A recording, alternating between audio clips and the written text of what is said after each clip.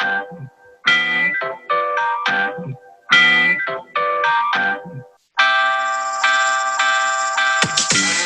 it's Joe West from the West Barn with Mike Shimshack. Today we have the beautiful, the lovely Riley Weston, songwriter, playwright, author, so many things. Welcome to the show, love. That was a great introduction. She's one of my favorite. I haven't even got started yet with the introduction. Wait till you. I love it. Well, let me introduce you to folks who don't know you. Riley Weston started off her career as an actress, had parts on Growing Pains, Who's the Boss, Third Rock from the Sun, Sister Act 2. As a writer, she was hired to write screenplays for the WB, Felicity, tons and tons of stuff out in L.A. Was offered a $500,000 screenwriting deal with Disney. Well, that's what Wikipedia says, so it's got to be true. I know they lie. Yeah, because you know it's the truth if it's on the internet. Yeah, but keep going. She continues to work as an actress, a singer, and a voiceover artist. Most recently, she has written and they have made 3 Hallmark movies, one that just aired this week that my wife and I watched, and 2 Lifetime movies. So above and beyond that, she moved to Nashville and has gone headlong into songwriting. Like, you would never know that she has all this Los Angeles movie success if you knew her just from Nashville, because she's a songwriter. And I really I met Riley a long time ago and instantly fell in love with her because of her tenacity and just her personality, and have since played the Bluebird a billion times with her in a bunch of venues. And she just has everything that you can't put into words. She has the it factor. And that's my introduction of Riley Weston. I love that introduction. My mother's going to love it. She probably called you and told you to say that with the it. She did not. Your mother, I don't think your mom has my number. You can give it to her. Listen, you don't ever, no, we don't want mama to have your number. No. Well, we met, you came to my barn to hang out. Yeah. I don't know how we got together, but. Tim Gaetano, one of our favorite mutual friends who passed on a while ago, who fought some hard cancer fights, but a good man and a great songwriter. And he told me to come see you, I think. No, you told me to come see him. So how did you and I meet? I think I just emailed you. Could be. Maybe. I remember meeting and hanging at the barn. Yeah. And then I introduced you to my wife, and my wife stole you. I love her. I got best a girl friends. crush. Yeah, I do. I love your wife. Well, there was something about you, and I don't know what it is about people, right? It's like, I didn't know. Maybe I did know that you had been doing some screenwriting, but someone comes to Nashville and so many people meet with you, and there was something about you that was just like, wow, you just have a tenacity. You have like this. You've had success in other things, and then you just sort of put 100% of your eggs in one basket, which is songwriting, and you've been sort of. How long have you been in Nashville doing that? It's gonna be about nine years, I think, maybe 10 years. Oh my goodness. I know. It's crazy. It was, the move to Nashville was, I'm a big believer in timing, and I'm a Christian. So for me, it's like, I feel like God kind of winks in a weird way. And just kind of says, now do this, now do that. And a lot of people, I think we all have that, whether it doesn't have to be what you call God, but that little inner knowing. And I think a lot of people are afraid to kind of say that's, a lot of people say, okay, that sounds great, but that's not realistic. I say, that sounds great. It's totally unrealistic. Let's go do it. Let's just see what happens. And this one kind of was a bigger nudge, but I think it also had a lot to do with my sister had been diagnosed with breast cancer at that time. And we had lost our grandmother and had some other family members that were in remission. And I think something at that timing was like, you have to go do this right now. And I was so unhappy in Los Angeles. I had a few close friends. And I obviously I had some great success that I was so proud of and excited about. But I also knew I wasn't happy personally. And I think it was just that one little thing that was like, if I don't do this now, I will never do it. And I think because of that, I didn't even think about it. Within 3 weeks, I had basically had a moving truck, was moving my stuff to Nashville. And I don't think it was until I was like halfway on that 3-day drive to here that I was like, oh my Jesus, what did I do? What have I done? Like, what have I done? I'm going to a town I've never been to before where I know no one. I've rented a house in the middle of, some Belmead I think I had chosen. And only because, by the way, the rent was like cheaper than it was in LA, and I had 3 acres. And I was like, oh my God, this is the best town ever. But, in LA, it was like $2,000 a month for a little tiny, 3-room house. But I knew I just had to. And now I look back and I'm like, if I didn't do it when I did it, I guarantee you I would have still been in Los Angeles. But I really listened to that little gut that was like, just go. So the real story is like, now that you know what it took to be successful in the movie world, which seems to me like to get a movie made, and you've had 5 of them made, right? Plus other stuff for television, right? Yeah, there was another one for that aired on Lifetime that was originally on something else, but that was called another TV movie called Christmas at Water's Edge that I'm actually in. That might air this. That feels like the equivalent of having a number 1 song. Like to get a movie made was probably harder than having a hit, right? So tell us, you've been in town 9 years now, and you're still eating on it like everyone else. Yeah. Tell us how do you correlate it to being successful in the movie world, the level of difficulty, and then trying to be successful in the songwriting world? Do you say it's harder in the music, harder in the movie world? It's hard for me to judge, but you know what the problem is? I was an actress before I started writing and still do some of that. So for me, I feel like I had a leg up on movies because of the acting. I knew enough people where I could say, hey, I know this is crazy, but I have this idea for a movie, or, hey, I wrote something, would you read it? Where in Nashville, I feel like it's a much harder game. I think it was easier almost in the first few years that I was here. There were so many more, publishing houses and companies and so many more people that could kind of help. I think now, and you tell me if I'm wrong, but how I've seen it, like, as you know, we've lost a lot of publishing companies, and a lot of the little independent ones are kind of long gone. And I think a lot of the times we see a lot of hit songs like top 5 or 3, 2, and then number 1s. Usually it has the artist's name on it, whether they were a huge part of that song or not so much a huge part of that song.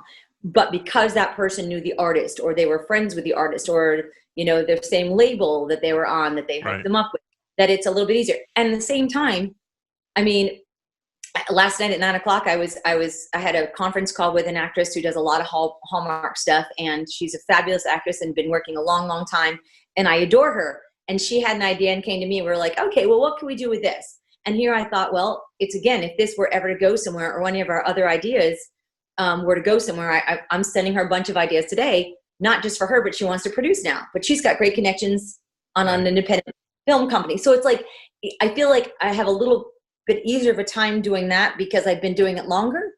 But I also feel like it's gotten a lot harder for music, where it's almost the opposite in film. There are so many more independent companies that are actually producing for Hallmark Lifetime. Do you know what I mean? It's like the independent have grown on the Showtime and HBO and every other network. Hulu, Amazon. It's like so Netflix. So much content, where we've kind of shrunk it in the music industry. I feel like it's gotten smaller, where the movie industry's gotten bigger. All right, it totally makes sense. Here's the big question. Why do you still do music? I can equate this to the film industry. I started writing because I love acting so much, and I'm a pretty good actress. But I got sick of being in front of the camera with what was given to me. Now, same thing with writing. I love writing something and getting that idea out, but I love performing it almost more. That doesn't mean I don't want to write for a guy, because I do. But it's like that. I love being on stage. I love being in front of a camera, and I love to be able to tell somebody, this is why I wrote this song, and this is where it came from. And in the movie side, I can't do that. I mean, as far as like the Hallmark stuff, they're great, but no one usually calls out a screenwriter like, hey, so-and-so wrote this movie, unless you're in it. Do you know what I mean? And like music, it's like people want to hear the stories about the song. That the country music, especially country music fans, I think even more than most music fans, are so like hungry to hear the stories, and they want to hear the background, and they want to hear why and how and with who and when. And film, they're just like, just meet the deadline. Just give us the script. Let's go. And you know what I mean? And then, but are you ever, every time I see you, this is the Riley I get, which is just like 110%, like, supernova. You're always tip top energy. I have to wonder, is there like every yin and yang? It's like whenever you're at home, is there the other cycle of that where it's like super mega quiet and depressed? Do you ever get overwhelmed and depressed about the music business and think, the other side of Riley that I don't get to see? I wouldn't say depressed. I jokingly say, when I introduce myself to somebody, like, what are you like? I said, I am the most extroverted introvert you'll ever meet.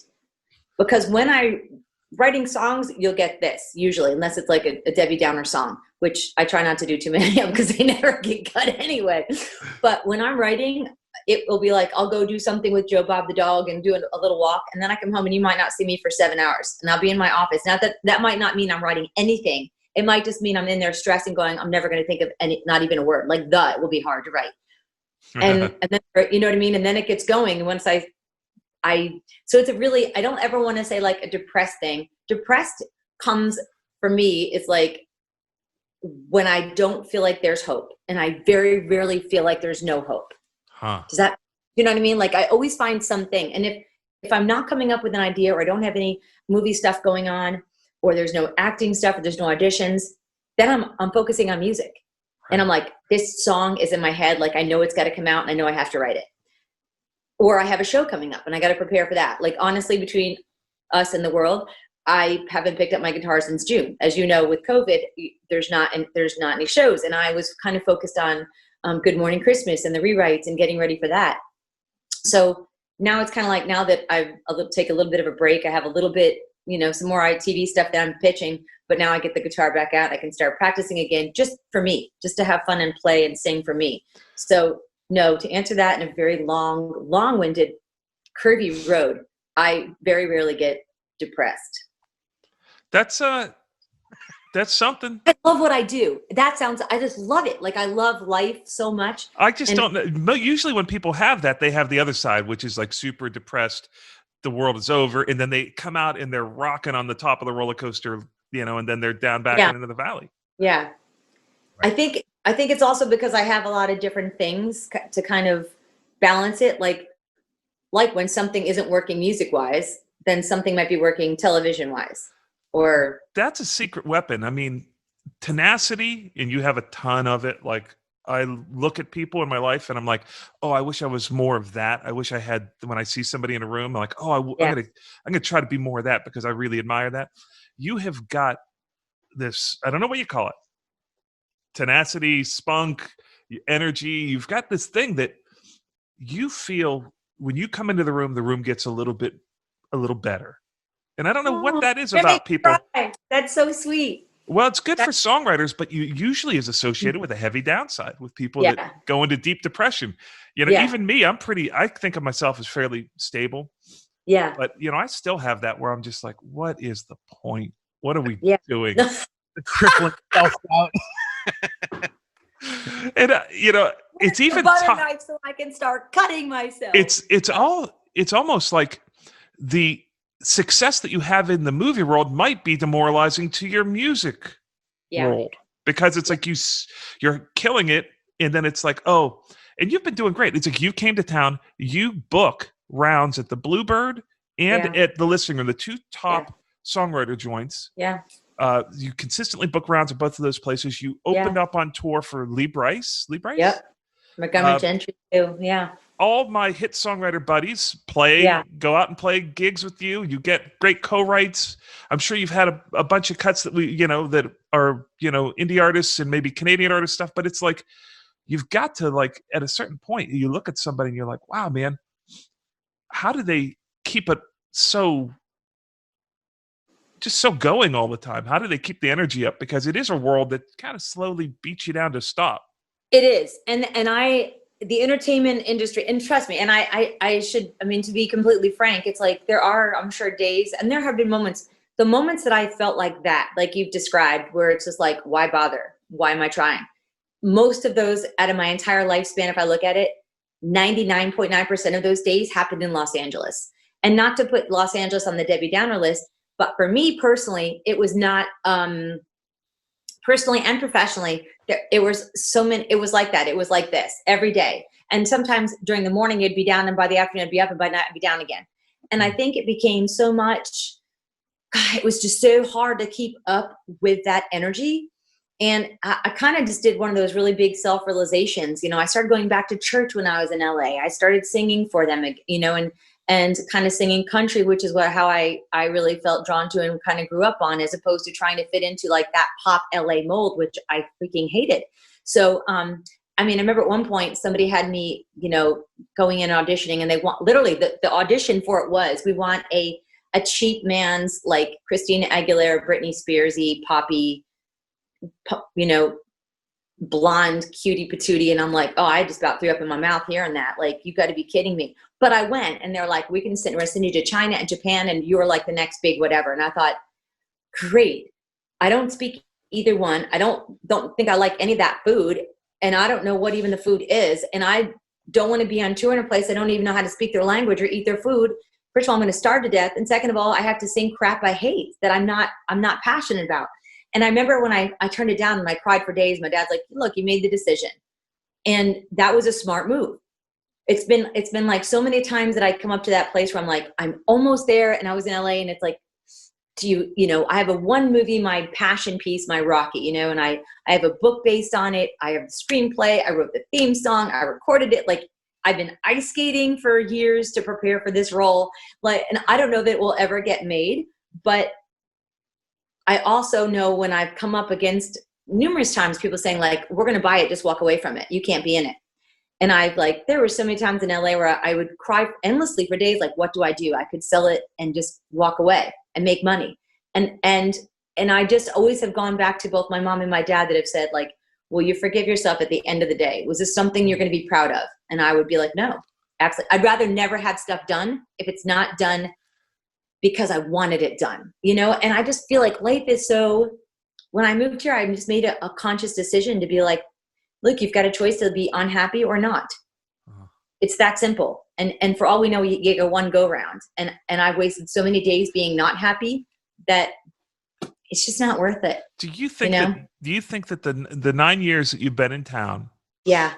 Do you think you could have withstood 9 years of it had you been chasing the working man's Britney Spears model, or the selling your life story or your dream story? Do you think you would have been able to sustain 9 years of doing that stuff? Or is it because you're focused on some stuff you really believe in and you're staying true to a compass? Yeah, I think that's exactly what I think. I know for sure, especially on the music side too. If I had chosen that route and done the pop thing, which I desperately hated and still do. But especially if I had sold my script any one of these times for a ridiculous amount of money to walk away, I would be in the place that you described, which is why bother? Right. Because yes, can I write a script that good or better? Probably I could if I wanted to. I'm sure I could. That's not the point. The point is, I am not a trained actress. I am not a trained writer. I am not a trained singer. I am not a trained songwriter. I mean, I have never had, it's all that gut thing that says, go do this. I've got your back. Whatever you want to call it. I call it God. I've never had that. Like, even when I'm like, oh, Jesus, can I do this? Like, there's been a lot of shows I'm like, what the hell have I done? What am I doing? And that's every time I play with you, as you know. But I love JoJo. But still, like, it's like daunting. I get up there and I'm playing with people. They all have number ones. You have 3, and all these other cuts. And I'm like, yep, one of these things is not like the other. It is me. We all know this. But I also know I wouldn't be there unless I was supposed to be there. Like, there's nothing I'm put in any position that I can't handle. If I couldn't handle, I wouldn't be there. Right. Yes, it's uncomfortable. Yes, I'm not prepared for it probably, but I'm there, so I'm going to do the best I can. What is success for you? Like, happy. Happiness in the big picture, me being happy, but also success to me would be like being in a position where I could take these crazy ideas I get in my head as a songwriter, as a writer, and let me be able to give them out or share them with people as a singer and as an actress and a producer.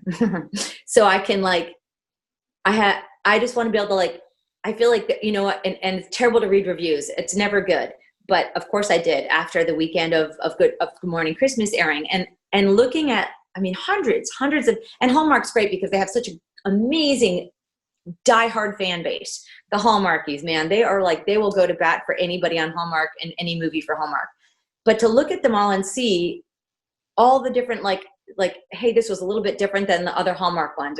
This was great. And the chemistry was awesome, but the writing was this or this, and the story was great and a little bit different. And I thought that's the kind of stuff you want to be able to do all the time. Because look, especially this year, we've had a crappy ass year. Let's just acknowledge that. A lot of people have had the hardest year of their lives were this year, that they've lost people, they've lost jobs, there's no money, they're coming in. We've all had to like redo our lives in a whole another way. And not just us, obviously the world. And to be able to take like an hour, I'm gonna start crying, an hour and like 40 minutes of somebody's life and give them like a break from this like crazy COVID year that we've all had, where we've all had to like look at life differently and hopefully have a different attitude. To be able to like give somebody who's had a really rough year that hour and a half or hour and 40 minutes that it aired, to go, that was so awesome. And I was taken away into another town that, yes, is all fictional, but I could go live in this little town of Mistletoe and just forget about my life for a while. You know, and what that's like, a movie or a 3-minute song that you could take somebody on a journey to, like that right there, that like, as you could say, it makes me emotionally happy. Like it gets me, that's the kind of journey I want to give to people. We were talking about this prior to going on air. Those towns, like when I was watching the movie, I told Riley, it's like they heat the streets because the streets are perfect. So they look like they've got heaters in the streets. And then the snow is like literally perfectly spaced on every branch. And I noticed like even behind the building that you're shooting in the foreground of, they've got beautiful lighting up into the trees behind the building. It's like some of the most extraordinary, like every rooftop is perfectly peppered. You want to hear how they do it? And you tell me they did it in September, so it wasn't real. It was totally not real, and it was supposed to be. So the streets, if you notice, if you watch any TV show or commercial, 9 times out of 10, the streets are going to be wet. So they'll hose the streets down so when the lights hit it, it looks all like glistening, right? And then they have sheets of like you buy to like, and I have a huge village in my dining room, like a whole Christmas village. So they get like the sheets of white. And they just lay them over the bushes and lay them on the trees. And they kind of poof them up a little bit. So it looks like it's kind of snow that's uneven, but it's like a sheet. And so if they have like a big old, like a hedge like this, the big sheet just kind of like, they just drape it right over. And with all the lights, it looks incredible. At nighttime, that's why you see a lot of the nighttime stuff, because it looks, now they also get like what they call fish ice is what I think that's what they called it. And they had a lot of trouble, like in one of the walking scenes, actually towards the beginning of the movie, you had the leads, Allison Sweeney and Mark Lucas were walking down this little sidewalk, and people were like kind of taking their picture, and there was piles of snow here and there. So they'll have like snow chunks that they just kind of place specifically, you know, and again, it was all wet in the sidewalk. So it looks like snow's melting, and they kind of walk in between these little like snow patches. But they were, because of COVID, were having trouble getting like real ice, even like to like place, and real snow, which they usually can get like the fake snow, but not like just a sheet of like white material. Right. But it was tough this year. And again, there's a couple of scenes too, like you saw in the very beginning when they get to the town of Mistletoe, there was like 7 people, like, yay, they're here. And how it was written was like, it's packed with people. They have to kind of spread everybody out. But again, because of COVID, there was like, you know, a couple people with signs. I'm like, oh God, COVID, you know, because you had to be careful how many people were on set. So they do a super killer job at it. It looks amazing. Do you go on set? So you weren't there where the shooting, where was Mistletoe at? Was that Vancouver? They shot in a little town in Vancouver. And so a lot of times, and I understand the thinking behind it. And this is not just Hallmark. It's a lot of production companies and networks to have a writer on that's just the writer. If I'm on the set and the actors are like kind of collaborating, and as an actress, I know what happens. You say a different line or something else comes up, or you say it differently than it maybe was meant to be said, but that way works too. And as a writer, you could have, not me necessarily, but a writer that would say like, that's not how I wrote it. Hey, wait a minute. Well, then you're like having a discussion on how it should be said. And you're having, you know, a writer that's saying like, that's not how I meant it. And an actress that's saying, but that's how it felt. And a director that's like, let's try my way. So it's kind of taking one of the energies out that would want to, you see this a lot in a lot of films. You see like a writer who directs or a director who writes, because they have the vision and no one can tell them otherwise. And that's why you see a lot of actors that start producing. And that way they can kind of control like what they feel is the best way. So I totally get why I am not. So I'm just now intending to be in my movies, even in a smaller role, keep my mouth shut. I've done that once. That was fun. Have you ever been mortified? Like, that's not the movie I wrote? Oh, absolutely. The very first one for Lifetime. It's horrific. There's no way that's really terrible. And Elizabeth Berkley stars in it, and she's a wonderful actress and a super nice chick. But it is it is a horrible, horrible movie. I mean, there at one point, even at the end, somebody's supposed to die at the end. Not that anybody's going to see it, and they shoot the person and they fall into the pool. And I swear to you, like the next little clip, you look over and the person's moving in the pool. I'm like, seriously? The person's supposed to be dead. You couldn't find a take where they're not moving in the pool? Like, come on, people. Like, and if I were, I mean, that's the kind of stuff I'm like, that's just cheap. That's just like not paying attention. But it's really, I remember it was the first movie I had done, and we were in the Adirondacks, and I had my dad and my stepmom and my mom, and we were watching the director's cut, and we were like so excited, like my first movie, this is insane. And we're all around that. I shouldn't probably tell you, it's kind of an inappropriate scene, but it's Lifetime, so it was on television, or this scene didn't make it, thank Jesus. And it was like they had Elizabeth do an inappropriate action that would make it look like she was about to do something very inappropriate on a man's body. Let's just say it like that, okay? And so they did this, and the camera panned, and they showed Elizabeth like kneeling down. I'm not even kidding you. And I'm like, oh my God. And my dad's like, Riley. And I'm like, I didn't write this. This is not. And there were so many lines that I'm like, didn't write that. And you're just like, I mean, the whole movie, I was like, oh, mother of God, please don't let any of this make it to the, like I sat there, we all sat there like this. Oh my God. Well, in the songwriting world, you would have a say over that. You could say like, hey, that's, exactly. You have a first use license, which like you grant, but they couldn't change something significantly past your. No. But in movies, they can do whatever they want. They can do whatever they want. Unless you get this certain part in your contract where you could say, you can't do anything different until I say it's okay, or until I agree to it. But no. Especially if you're for a network. Once you turn it in, it's all theirs. Right.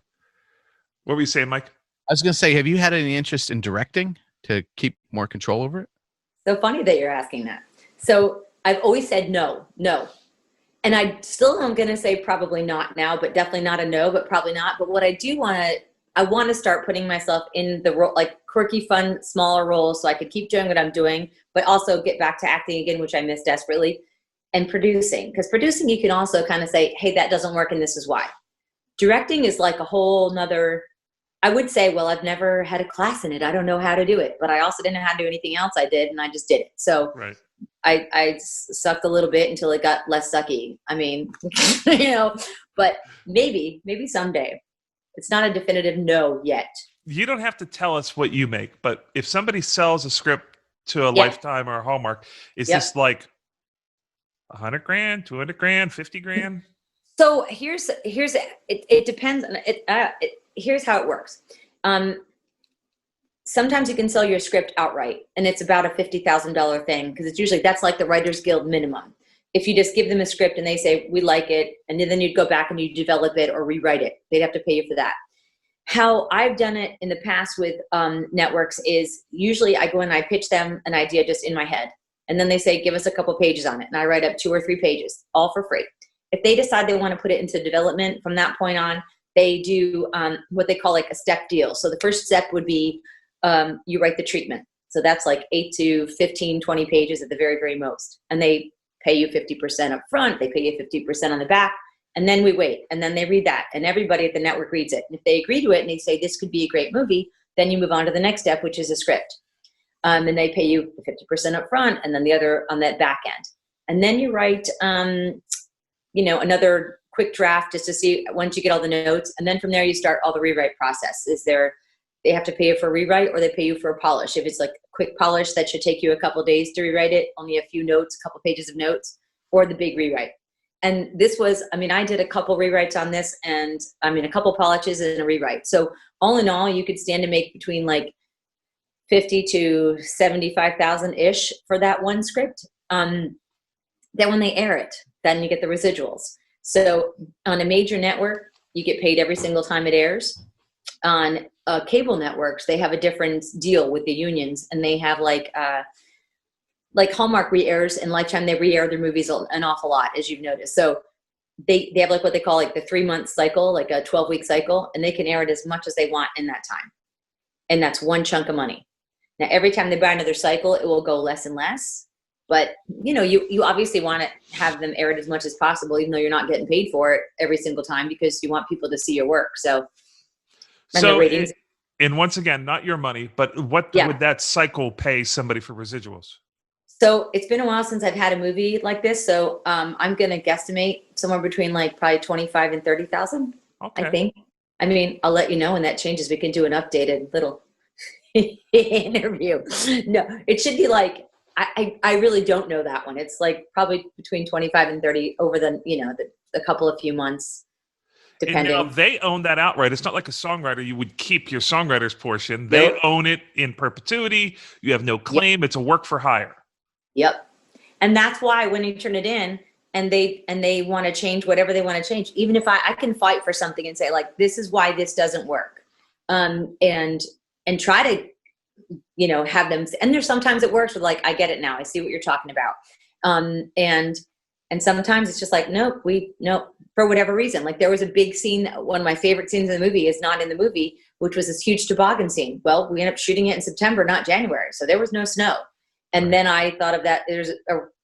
I created a thing called the 3-legged wreath race, where the legs are tied together with garland and there's a big wreath over their bodies. And that became the new toboggan scene. Right. I was going to say that was in there. That was in there. But sometimes they can call and say that just doesn't work. We don't have we can't get that. Or that'd be tough as a songwriter, like to have somebody coming at you and saying like, hey, you know, that whole third verse. Don't work. We're not going to do that. Yeah. That'd be really tough.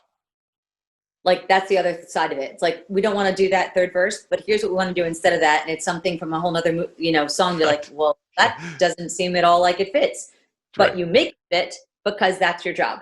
And that's a tough one. You find a way to like it and make it work. So in Nashville now, are you interested? Is your goal to get a publishing deal? Is your goal? What is your?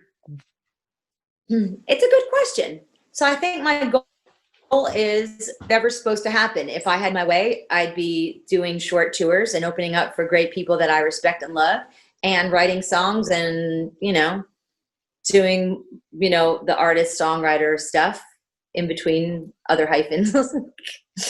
I mean, I know it can work because I've done it before. It's just, I don't know. A publishing deal would be great. I also don't know if I'm ready to give up control over a lot of other songs I've already written. And I know that's part of it, is like coming in with a lot of stuff. Part of me says yes, and part of me is like, I'm kind of open at this point to whatever happens. And it's been, I meet with people. I haven't this year as much, obviously, but I've had a lot of, last year I met with a lot of different publishers and kind of had some discussions, and then, you know, COVID hit and everyone kind of kicked back and put on their fat pants. So I want you to know I'm wearing jeans. Like, I have real pants on for y'all, even though you can't see them. And I was kind of worried because oh, yeah, you did. Listen, I've got on jeans. Like, and I was a little afraid putting them on. I'm like, can they button? Are these going to work? I don't know. I might be going back to pajama bottoms because it's been a while, but I was so excited. I'm like, I'm going to put pants on, like real pants. They might not button, but I'm putting them on, man. Sometimes when I put pants on, it feels so foreign. Like it's feels so weird. Like I'm wearing a tuxedo. I know. When I get home, it's like, I got to get this off. I have to get it. I mean, trust me. I'm thinking for interview number 2, which is happening about an hour after this one, I'm going to go back to my pajama pants because they're very festive, and it is Hallmark based for that one, so I can kind of make it work. Go to my Christmas pajamas. So, you know, when you say like your goal is to be happy, and it seems like you're happy. Yeah. So what is that? What do you do for a goal? Like what's on the radar for you in regards to things to knock down in the music world? In the music world, get some songs recorded, songs that people can hear, songs that I'm proud of. I wrote one song this year two songs that I'm super proud of. Totally, completely different. And both of them are going into the studio hopefully sooner than later. And hopefully they'll get cut. As an artist, I just want to be up on stage singing again. I want to, you know, when you have that taste of like the full band and opening up for a lot of people, and just seeing that energy. Now, again, I will perform if there's 3 people. I don't care. And you're going to get the same dang show that you would have gotten if there's 5,000. That to me doesn't matter how many people, but when there's great energy just to be up on stage performing, that's definitely, hopefully we can get back to live shows sooner than later where I know there's some been playing out. I haven't. And I did once in June at the Listening Room, actually. And we had a blast mostly, but I got to tell you, I was totally freaked out. And I'm on the erring on the side of, I really don't want to be sick with COVID or spread it. So I have been like ridiculously vigilant about not going out as much as possible. Not going pretty much anywhere. And wherever I do go to, one place is Walmart to get my food because I'm not picky. And also I let myself ice skate once a week and they take my temperature. We have to wear masks. It's, I go when there's 3 people on the ice. So it's when we're completely spread out. But I did not feel comfortable playing out, even though the Listening Room did a great job. We are so far away from everybody, but people want to talk to you afterwards. They want to, again, that interaction with fans that are just so awesome and they're so supportive, and they want to not necessarily hug you, but they want to be close to you and say, oh my gosh, this is great. What's up next? And they want pictures. Right. And there's that I remember just being there, and it was still like kind of in the middle of it. And of course now we're on a whole nother level of crazy with COVID, but as artists, we were like 7 feet away from each other. So like looking down, I remember looking at, Will Nance and Kent Blaze was on the other side, and we were like, hey, it was so weird. And we were so far apart from the stage, like towards the end. And as you know, we've played there before where we're like, well, we're not on top of each other for sure, but we're definitely like, we can like, you're sharing a stool between you with drinks and capos. Yes, there was none of that. And it was just a weird vibe. And I just thought, this is one of those things that me personally, I'm just going to say, I'm going to try to do my part and stay home and wear a mask whenever I can and not go out as much as possible. So, I haven't played at all. Yeah. I've been asked to play. I think maybe it was with you. I was booked at the Bluebird. It was. Yeah. That show got canceled, and a Listening Room show I was. Yeah, our April show at the Bluebird got canceled, and they're still not back. They're doing specials. You cannot bring the Bluebird back. Absolutely. I mean, you're like sitting on each other's lap. Literally, which breaks my heart. But I have missed it. It's just, people have asked me to play, but I've just been like, I'm not going out. No, it's just, I feel like we're all just I know it's, like I said, it's safe where those places are. I'm sure they're doing everything and then some to keep everybody safe. Me personally, I just would feel better like staying put in my house. Yeah. I know I'm good and I'm not, it's one less person that has to be out doing something. And that's kind of where I'm at. Yeah. So, but as far as hopefully next year we'll get back to it at some point next year. God knows when, maybe in the summer or something. But I want to be writing more, and the bigger picture is kind of getting to the place where I have movies that I have a little part here, and I have a little bit more of a say where I can say, hey, I've got 3 songs that are perfect for that. Here's exactly where they should go. Right. And at some point, like when I pitch it, say, here's a song that kind of the theme song. And when they're reading that, 15-page treatment, have that song in their head that says, oh, wow, I see it. Like it just gives them the better vibe. So that's which by the way is genius. If you're going to use a tool to get opportunity in Nashville, if you could say, people don't necessarily think this, they'll come from another town, and everybody from LA wants to write country where they're in Nashville, and everybody from Nashville wants to write pop when they're in LA. Right. But the reality is those people want you in the room because they want to get something from you. Yes. So it's like for you to be able to go in and say, hey, we're going to write this thing for hopefully someone in country to cut, but we're also going to write it. And I think I can get it placed in this movie that I'm doing. That's Absolutely. Like an incredible opportunity. Yep. And I have a couple ideas that are brewing that are music based. And there's one that I had somebody interested in, and I said, well, I'm in it, and I'm going to try to like get a big name older female country star. And it's 3 generations of women in country, from the grandmother to the mother to me. And about, a girl who is her mom is a huge artist. And she's kind of been in her shadow. And she is a songwriter that doesn't sing because her mom's the singer, and she's just never wanted to until someone kind of hears her sing and says, "That's ridiculous. You're a great singer. Why aren't you singing?" Well, because that's what my mom does, and that's what she does, and I don't want to be like my mom. Yeah. And so, there's this big rift between the mother and the daughter, and of course it's Christmas time. This is a new movie? Yeah, no one knows it yet. Yeah, well, I'm writing it. So hopefully, but I'm excited. So hopefully, I already thank God this doesn't air till 2024. This episode. No, no, it's good. It's all I have it all registered, but me and Mike, okay, we're going to pitch you something. Yeah, go. Mike is the slimy record executive. Right? He's the guy that's like trying to lead you down the really bad path. The dark path. Yeah. I'm the record producer that sweeps in and tells you to go with your heart and to really follow what you believe. And in the end, we go on to huge success. While Mike, his life spirals down out of control into Skid Row. He goes back to Lifetime. Yeah. He goes back to the Naughty Girl movies. I don't like this. He comes from LA. I write it. He's got like a really long, Different Strokes limo, pulls up the 1988 Lincoln Town Car limo. I want script approval. That's good. All right, just an idea. Let's just spitball this. You know what I mean? All right, I can work with that. Work with that. Hey, you better believe I'm going to sue you if that shows up in your movie. You know what? As you should. And by the way, I don't think it's going to show up, right? If that ever goes anywhere, don't let me write again. I'll lose all. Well, before we let you go, I wanted to. Okay, let's say I'm gonna give you a hypothetical. Okay.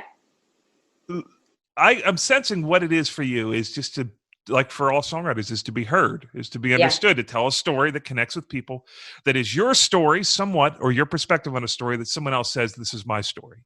Right. And you've written it successfully for them. Let's say you do that and you have a number one song in country. What is that? Is that just like the top of the mountain for you? I mean, obviously it would help financially. Obviously it would help kind of being recognized in Nashville on the executive side and on the business side, to be like, okay, that's someone that you have to kind of give some sort of respect to, and or just acknowledge, like, okay, that's someone maybe we'll work with someday. For me personally, though, aside from like the financial aspect and having like opening up some new doors, that means that a lot of people are hearing something that I had an idea for, whether it was like on a run with a dog or playing in the snow or decorating for Christmas. It's that same thing, whether it's a 3-minute story that I can take somebody on or a movie that does really well in ratings. Whoever got to see it or hear it, they got to take a 3-minute break or an 1.5-hour break from their life. And they obviously liked it. It was a good break if it's a number one song, whoever gets to sing it. Not me necessarily, but whoever does. It's like they get to have, and then that person gets to win too. Like then they get a number one song that they wouldn't have had if they didn't like hear that song and say, yeah, that spoke to me. And I feel like I've got to, I want my fans to hear it too, because it speaks to me. So the process is what you love. It's not necessarily the outcome. No. Look, here's the thing. If we all chase the outcome, and I'll say me personally, if I just chase the outcome, then I would be where in Nashville, I would still be like I felt in Los Angeles, which is Debbie Downer, right? Because the outcome, that's split second. It's funny. I had my best friend lives with me now, and my other best friend from Atlanta drove up. She quarantined. She did all the right stuff, and then she came so she could be with me for the movie night. And the three of us had our matching pajamas. We watched the Hallmark thing, and my name came on, and we all screamed. And then we watched the movie, and it was over. Yes, they loved it. They went to bed. I stayed up and worked on like tweeting and texting people back and like trying to do the PR stuff, but it was done. The outcome, it was done. That one moment after people watch it, it's over with. Are they still talking about it? Yes. But it was the journey of it right now. That now I can go, it's like the whole process of it. The writing it, all those like the tears and the struggle and the like, what am I going to write? How am I going to rewrite this? What am I going to do? Does this even make sense? Are they going to like it? That's all done. But now the next process starts, which is I get to do interviews with great people like you and Mike, and I get to talk to some Hallmarkies later on. And I get to, tweet and text and Instagram and story stuff and all about the movie and talk about when it's airing. And I get to meet not new people and then talk about new movies. Like that's all the process. It's not the outcome. That outcome is fleeting, right? That's and it's super interesting.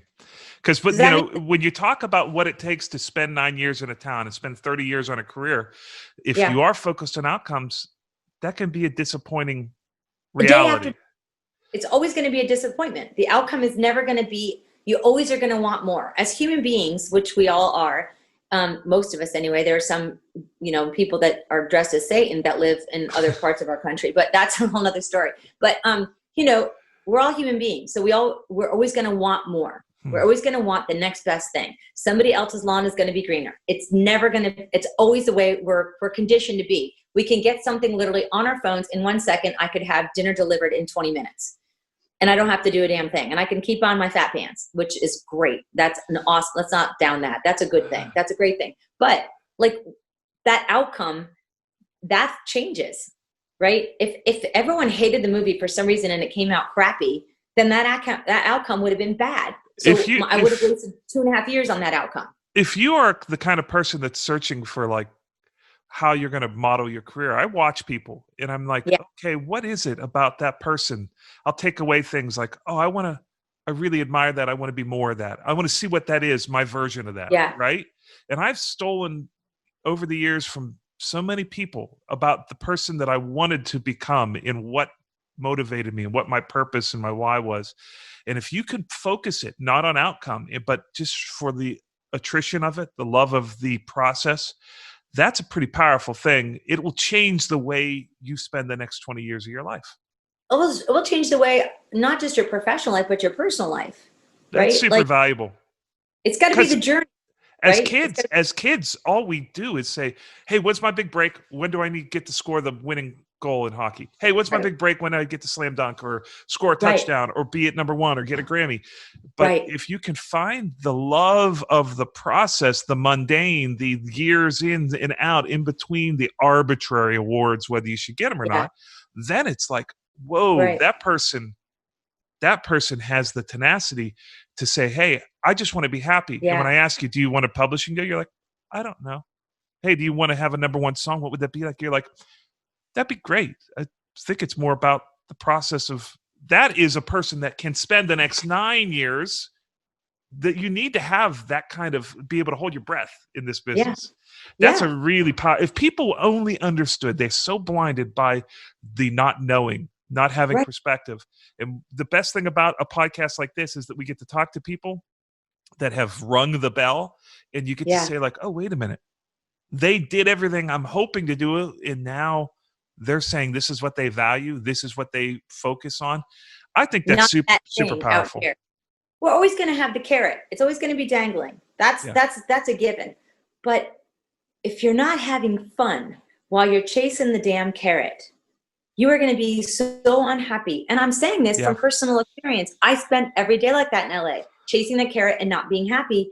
And man, I love what I do. And the unknown that you just talked about, it's like, I live for that shit. That's the stuff I'm like, give me the unknown. And it's that, but yes, if you're going to say, give me the unknown, I'm into, I'm ready to go. You got to be able to actually take that first step into it too. Because it's not just saying like, I love it, I'm ready for it. You got to take action behind it. Like, then you got to go be in that unknown. And that is not comfortable by any means. And no one probably would tell you that it is. And if they did, I'd say you're a flipping liar because it's not comfortable to be in the unknown, but that's the fun of it. Like you don't know, Yeah. I mean, if everything was mapped out and you saw exactly what was going to happen and what song you're going to get your Grammy on, after that, you'd be like, well, now what? Do you know what I mean? It's like, I have grown. I used to hate the unknown. I used to get into a songwriting room and I'd be like, we got to get the chorus. We got to get the chorus. Yes. We got to figure this out. We don't have a chorus yet. We've been here for 2 hours. We don't have a chorus. And now I have grown to love that part of the song. Yeah. And sometimes I'm disappointed because the chorus we got didn't live up to my imagination of what was, because anything's possible when you don't know. Exactly. What? You, me, and Scott Reeves, we've written a couple songs, right? And there was one day, if you remember, we wrote in the barn, which I love. And I think I said I wanted to live in the barn, and I still hold you to that. I really want to live in the barn. But we wrote like for 4 or 5 hours, we worked on something. And it was you that said, guys, I'm not feeling it. And Scott and I were like, oh, what? We like that. And you're like, no, it doesn't, it's not right. And all of a sudden we went off on a whole nother song, wrote something that was absolutely not country. Remember that was like this funky funk pop, like Freak Flag. Yes. Freak Flag. Like, Yeah. and Let your freak flag fly. Right. We're freak flag flyers, but we were like, it was so random and so different, but it was the unknown. Like it was